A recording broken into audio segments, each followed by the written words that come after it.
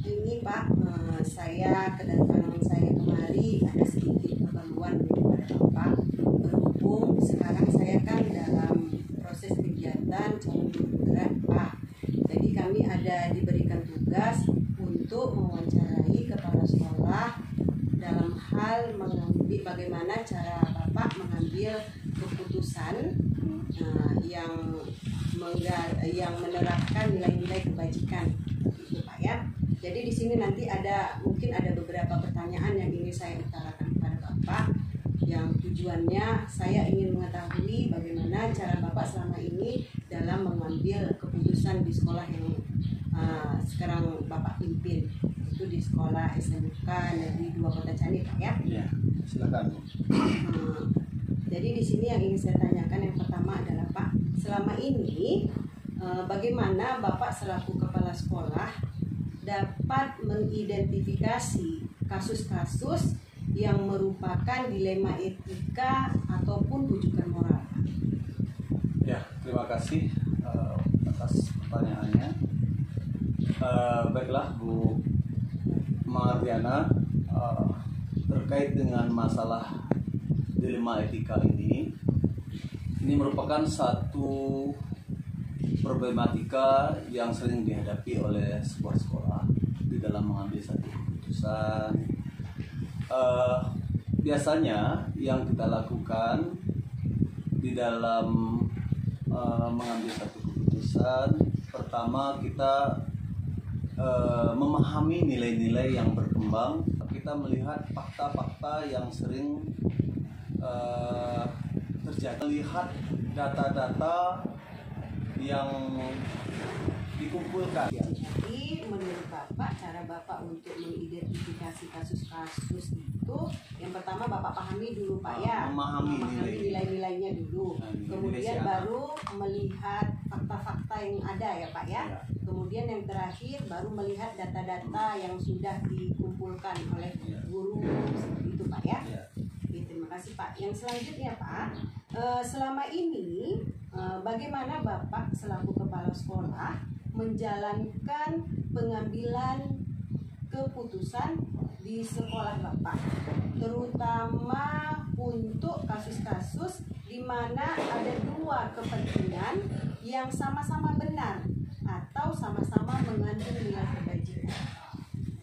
Ya, terima kasih. Untuk pertanyaan kedua, biasanya kita melibatkan para wakil untuk menanyakan satu contoh kasus, misalnya seperti kasus yang sering kita lihat, ada satu kepentingan guru, satu sisi guru ini mengikuti kegiatan pelatihan MGMP. Kemudian di sisi yang lain kita menemui di sekolah itu, di kelas itu, guru tersebut meninggalkan tugasnya. Nah, satu sisi memang apa yang dilakukan oleh guru itu benar. Namun di sisi yang lain, ketika dia meninggalkan tugasnya, maka itu dianggap sesuatu yang tabu, salah. Namun kita sebagai pihak sekolah perlu mempertimbangkan sesuatu yang urgen, apa yang harus kita ambil dari kasus tersebut, bagaimana kita menyikapinya. Pertama, kita memanggil wakil kepala sekolah, menanyakan guru-guru yang ditugaskan untuk kegiatan MGMP. Kemudian memintakan kepada wakil kepala sekolah atau guru yang meninggalkan tugas atau mengikuti MGMP itu untuk mencari penggantinya.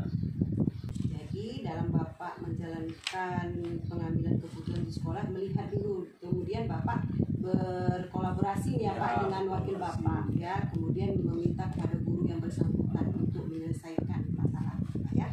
Oke. Yang selanjutnya Pak, langkah-langkah atau prosedur seperti apa yang biasa Bapak lakukan selama ini? Ya, tadi kita kan langkah-langkah pertama kita tentu di sekolah itu harus memiliki data. Ya, di sekolah itu kita disebut ada ada database kalau di sekolah. Jadi di database itu kita semua memiliki data-data anak, yang mulai dari anak yang bermasalah, termasuk sampai kepada guru yang dibina, siswa yang dibina, kemudian tendik yang dibina. Nah, data-data ini adalah salah satu cara kita setiap sebelum awal rapat bulanan kita mentelaah, kita identifikasi masalah-masalah apa saja yang kita angkat untuk kita bawa ke meja rapat, melibatkan kepala jurusan, melibatkan wakil, kemudian kita jadikan sebagai sebuah konsep untuk membuat satu keputusan. Berarti di sini Bapak dalam mengambil keputusan tidak hanya sendiri Pak ya, tapi melibatkan semua warga semua stakeholder yang ada di sekolah. Oke, Pak, terima kasih. Selanjutnya Pak, hal-hal apa saja yang selama ini Bapak anggap efektif dalam pengambilan keputusan pada kasus-kasus dilema etika? Saya menganggap pertama cara yang perlu kita, yang paling prioritas yang sering kita lakukan yaitu secara demokratis tadi, kolaborasi yang melibatkan semua stakeholder yang ada di sekolah. Nah, berarti Bapak ini melakukan musyawarah seperti itu Pak ya? Musyawarah. Ini yang saya anggap paling efektif. Karena Bapak melakukan pendekatan ini Pak ya, antara guru, wali kelas ataupun ketua jurusan seperti itu Pak ya. Oke Pak. Yang selanjutnya nih Pak, hal-hal apa saja yang selama ini merupakan tantangan dalam pengambilan keputusan pada kasus-kasus dilema etika menurut Bapak?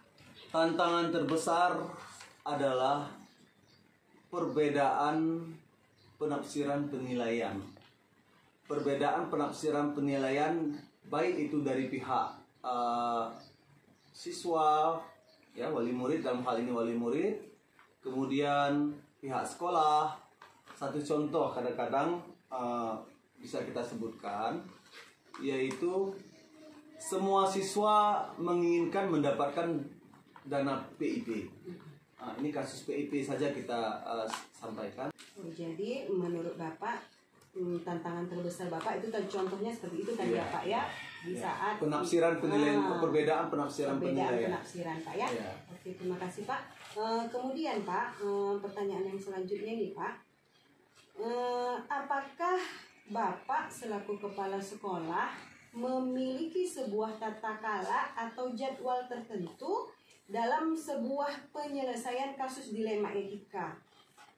Apakah di sini Bapak langsung menyelesaikan masalah itu di tempat, atau Bapak memiliki jadwal untuk menyelesaikannya Pak? Apakah ada prosedur seperti itu yang Bapak jalankan?